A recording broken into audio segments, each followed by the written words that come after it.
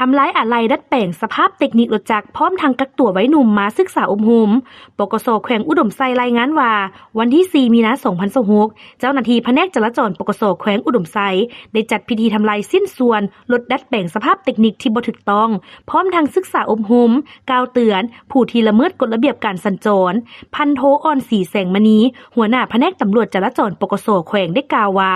ระยะผ่านมาเจ้าหน้าที่วิสาสะเพาะได้กวดการและกักพาหนะรถจักรดัดแปลงสภาพจำนวน23คันในนี้ทอดัดแปลงสภาพเสี่ยง20คันอย่างน้อย3คันและนำภาคส่วนที่ละเมิดมาดำเนินการศึกษาอบรมกล่าวเตือนวางมาตรการให้เปลี่ยนแปลงพฤติกรรมเปลี่ยนแปลงสภาพเทคนิครถให้เป็นสภาพปกติส่วนอะไรที่ดัดแปลงสภาพแมนยึดทำลายทิ่มตามระเบียบการที่ได้กำหนดและขอเรียกร้องมายังพนักงานราชการและพ่อแม่ประชาชนทุกสั้นคนจงระมัดระวังในการขับขี่บ่ละเมิดกฎระเบียบการสัญจรเพื่อรับประกันความปลอดภัยในการใช้รถใช้ถนน